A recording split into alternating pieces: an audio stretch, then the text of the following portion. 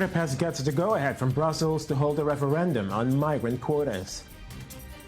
Iran gears up for parliamentary elections for the first time since the nuclear deal, but women only make up a small percent of the candidates.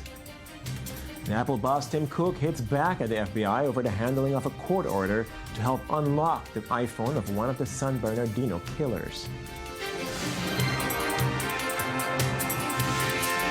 Good afternoon and welcome back to i24 News. I'm Benjamin Tjong.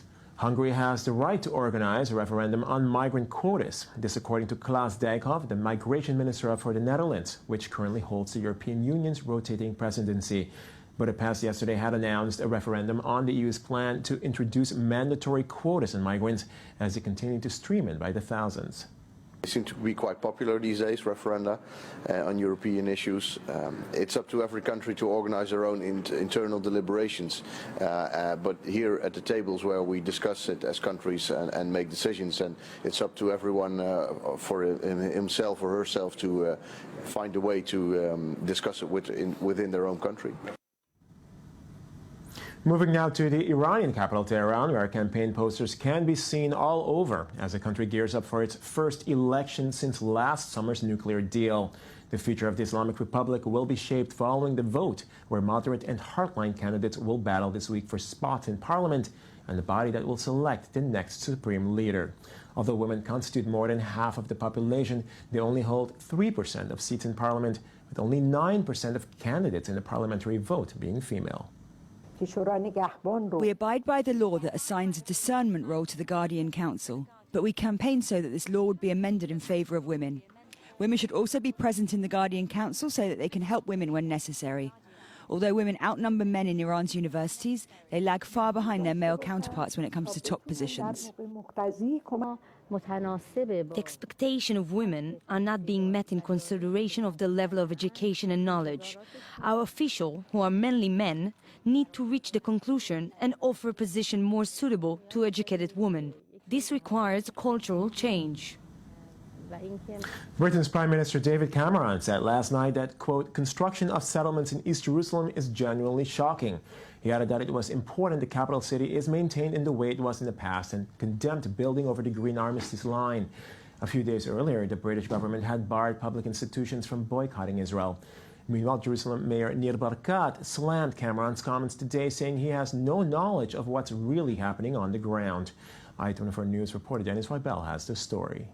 While British Prime Minister David Cameron stressed that he was a staunch ally of Israel, he added that the construction of settlements in East Jerusalem was, quote, genuinely shocking. This just days after the British government barred public institutions from boycotting Israel.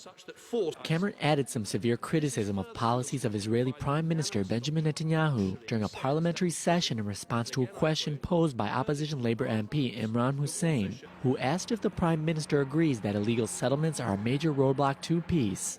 i24 News correspondent in London, Jonathan Sacerdoti, said Cameron's comments could have been made to appease those opposed to the recent boycott legislation. Some suggest it might be as a sort of softening of the guidance that was issued only last week regarding local councils and other publicly funded bodies and potential for those bodies to engage in boycotts of Israel. The government came out strongly against those and warned that there could be penalties for any that did that. Maybe this was in some way intended to temper that and give a nod to the other side, so to speak. The UK in February condemned Israeli plans for building over the Green Line. But despite this, the Israeli government was pleased with Britain's move against the boycott that was viewed as a form of discrimination against Israel.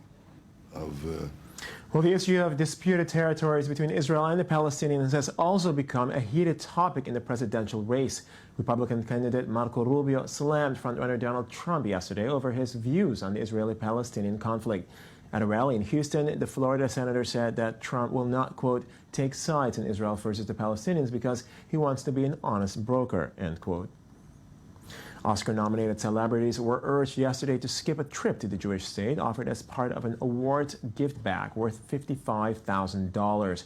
Two U.S.-based groups calling for an end to what they called Israel's occupation of the West Bank took out a full-page ad with the motto, "Skip the trip," in the Los Angeles Times 5 days before the Academy Awards ceremony on Sunday. So this is coming at a moment when there's a real question about what the role of the motion picture industry is when it comes to social responsibility.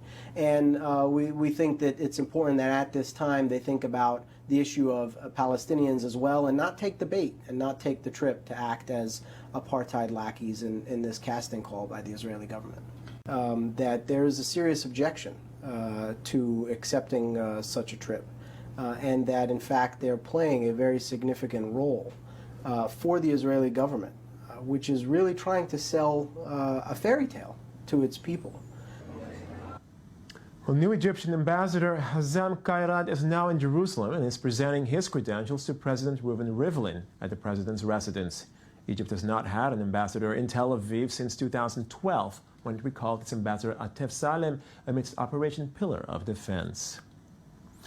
Ahead of this weekend's planned ceasefire set by Moscow and Washington, fighting between Syrian opposition and regime forces is still escalating in Daraa, a suburb of Damascus. As of Wednesday, government forces said they had recovered the southern part of the town, located just 8 kilometers southwest of the capital city. However, intensive gunfire and explosions could still be heard in the area. We can tell from the slogans written on the wall that the groups fighting here include the Al-Nusra Front. We will commit to the ceasefire, but terrorist groups will be excluded from it. The United States and China have agreed on a draft resolution imposing fresh sanctions on North Korea amid increasing nuclear tests. According to diplomats, the UN Security Council could vote on the measure in the coming days. The U.S. has already circulated the draft text to Britain, France, and Russia, the 3 other permanent council members, and will soon formally present it to the full 15-member council. Let me make this as clear as I can. Our job is to pursue the diplomatic opportunities for peaceful resolution and a negotiated settlement to one conflict or another. But it is PACOM's job, and it is the Department of Defense's job, and it is the Secretary of Defense's job to address what happens if those measures fail. Those are the departments of preparedness. So they will see the world in terms of potential future threats.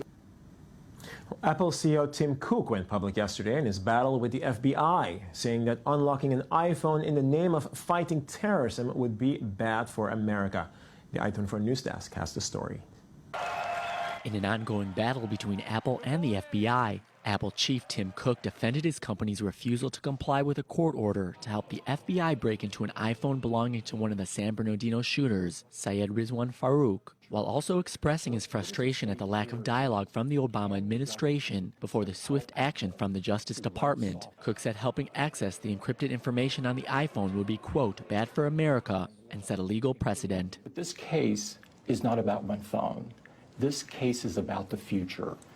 What is at stake here is, can the government compel Apple to write software that we believe would make hundreds of millions of customers vulnerable around the world? The Justice Department wanted Apple to write software that would disable Farouk's iPhone 5C passcode protections to allow an infinite number of guesses without erasing the data on the device. FBI Director James Comey has been particularly outspoken in arguing that law enforcement efforts are hobbled by encryption, which he calls a safe haven for terrorists. Apple fears if it assists to hack one device, it could undermine digital security more broadly. We know would be to write a piece of software that we view as sort of the software equivalent of cancer.